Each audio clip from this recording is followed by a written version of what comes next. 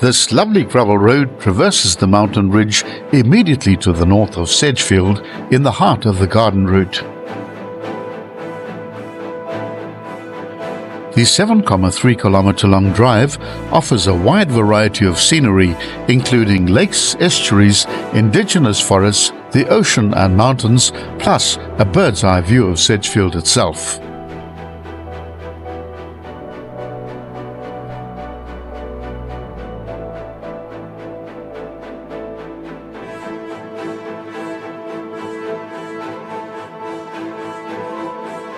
The careful observer might spot one of the resident fish eagles soaring along the ridges.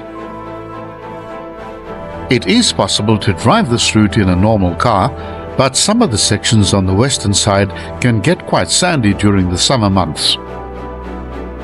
The road also becomes fairly busy over weekends when the paragliding fraternity head for the summit area to launch their colourful paragliders.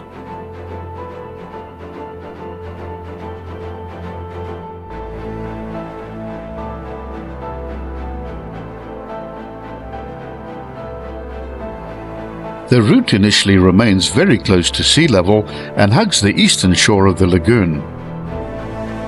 You don't have to worry too much about all the private property signs, as this is a publicly accessible road.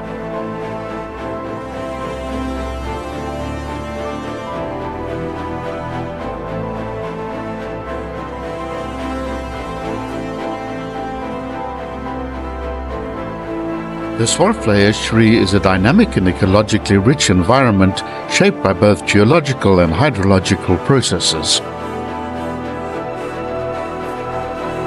The estuary sits within the coastal plain, bordered by the Outeniqua Mountains to the north and the Indian Ocean to the south.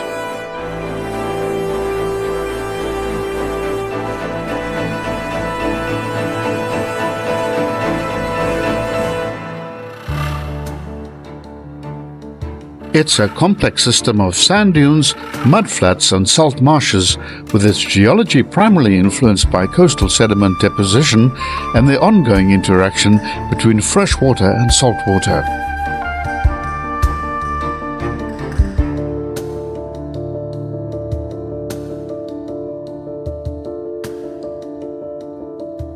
Swartfly is fed by 3 rivers: the Volva River to the west and the Uachakral and Karatra rivers to the east.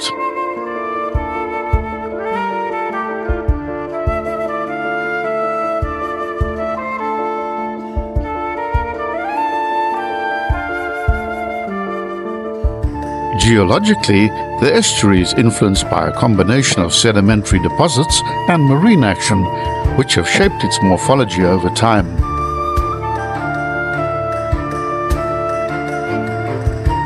The region is primarily underlain by a variety of sedimentary rocks, including sandstone, shale and mudstone, which were deposited during the Karoo supergroup period.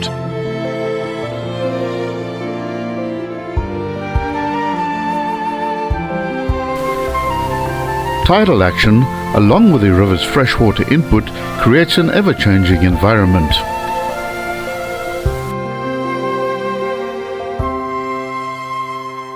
This process creates periodic fluctuations in salinity, which impacts the biodiversity of the area, including its aquatic plants, fish species, and bird life.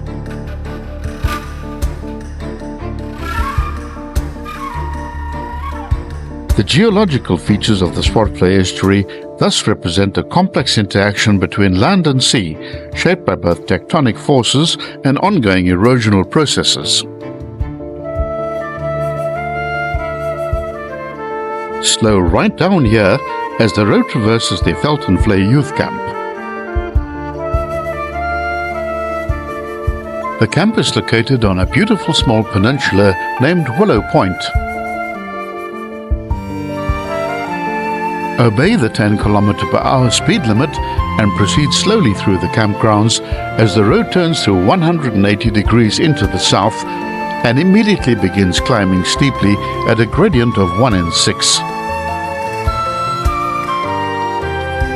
The only stiff climb of the route commences from this point and lasts for just over 1 kilometer.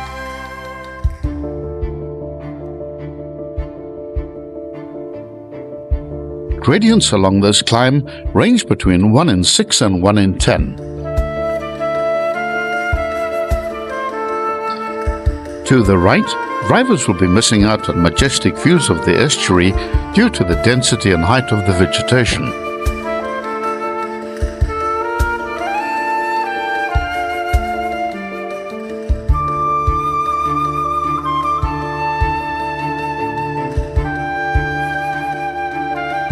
The road is very popular with mountain bikers, so be aware of them at all times.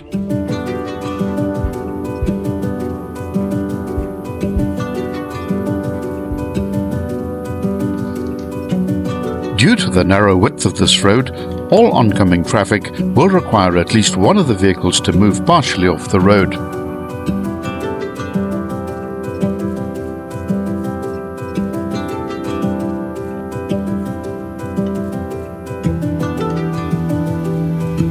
There are many transverse rain channels across the road, which has the dual effect of acting as speed bumps. The climb is best tackled in first or second gear, depending on how powerful your vehicle's engine is. The private property coming up at the end of this climb is appropriately called Cloud 9.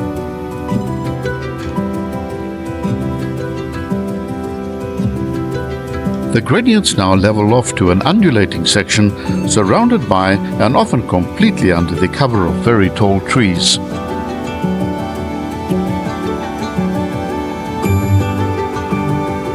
These trees effectively obscure the beautiful views on offer to the left.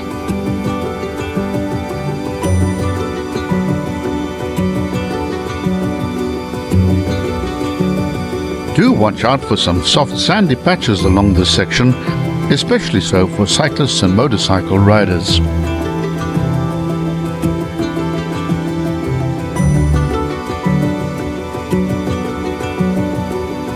Just after the point where a road intersects from the right, there's a short climb after which the road levels off.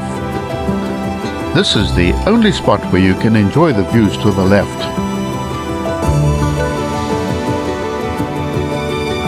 There are no safe places to stop, but since the road carries very low traffic volumes, just stop and take a few photos, as it's highly unlikely you'll be disturbed.